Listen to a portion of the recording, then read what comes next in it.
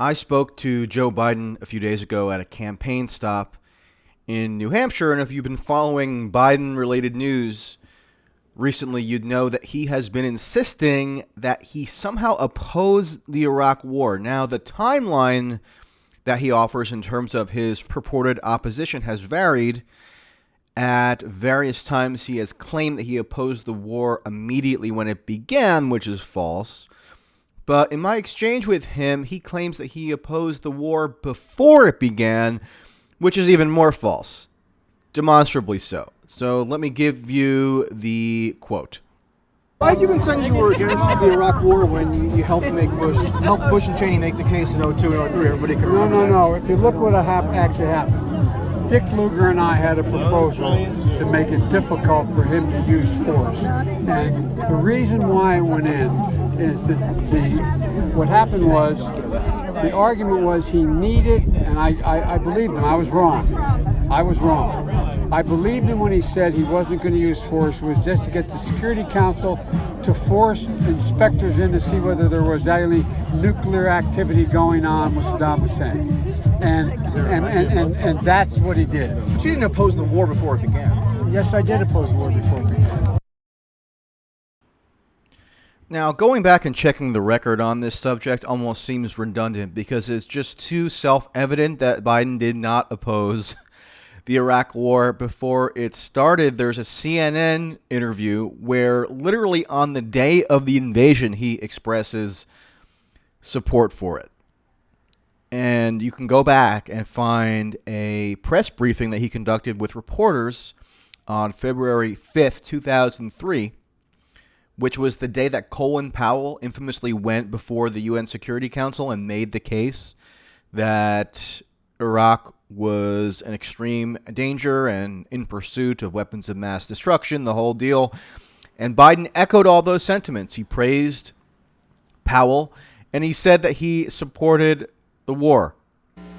And every United States senator and every congressman should understand, if they support as I do, the president going to war if need be, because Saddam fails to cooperate, that they are signing on a long-term commitment to the American military, that we will give them all they need. And it will be costly, and I might add, is not included in the president's budget. It will come from somewhere. Now, he might have had procedural concerns here and there, but even during the heyday of the post-9/11 panic, today being the anniversary of 9/11, there were plenty of people who were staunch opponents of the Iraq War and said so at the time in no unflinching terms, including one of Biden's opponents in this primary race, Bernie Sanders, who was in the House of Representatives at the time and voted against authorizing the war. Biden voted for authorizing the war, and so I asked him how that possibly could be consistent with opposition. You opposed the war, you could have voted against authorizing it like Russ Feingold did and like my colleagues did. Because they argued against authorizing the ability to get the United Nations to go back in with inspectors. We needed the Security Council to get a vote to put inspectors in to determine whether or not there was any nuclear activity going on. How can you say you opposed the war when you voted to authorize it? I don't think that makes sense to a lot of people. Well, I tell you what, I'm the guy that when we went in, and I said at the time that we cannot, in fact, sustain doing this. We have to protect the truth, but we should get out.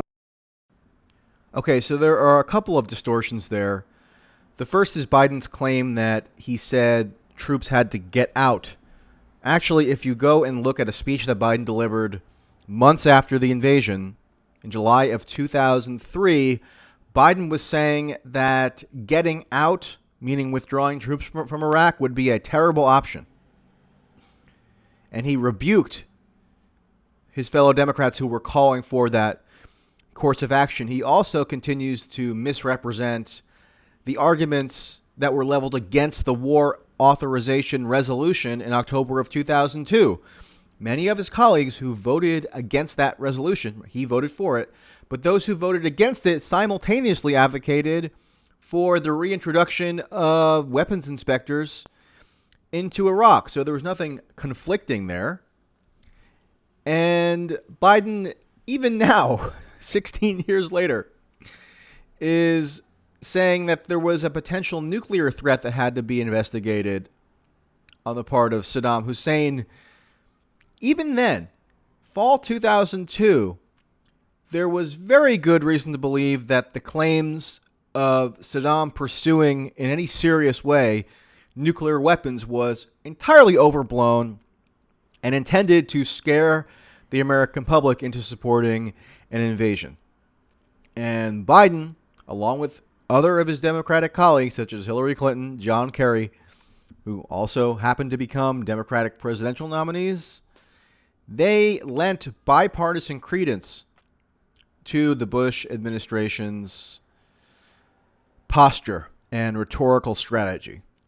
And so Biden is rewriting history, although with him, you can never quite tell whether what he's saying is more of a function of intentional distortion or if he is undergoing cognitive decline and therefore genuinely doesn't remember this stuff or has convinced himself of sort of an alternative theory as to what his actions constituted. Either way, anybody who tries to tell you that these are gaffes should get their head checked, because a gaffe is an innocuous error or a mental mishap. This is something far more serious. I have a column today on Real Clear Politics about this discussion, so please take a look at that. Link it's in the description box, and I will talk to you later.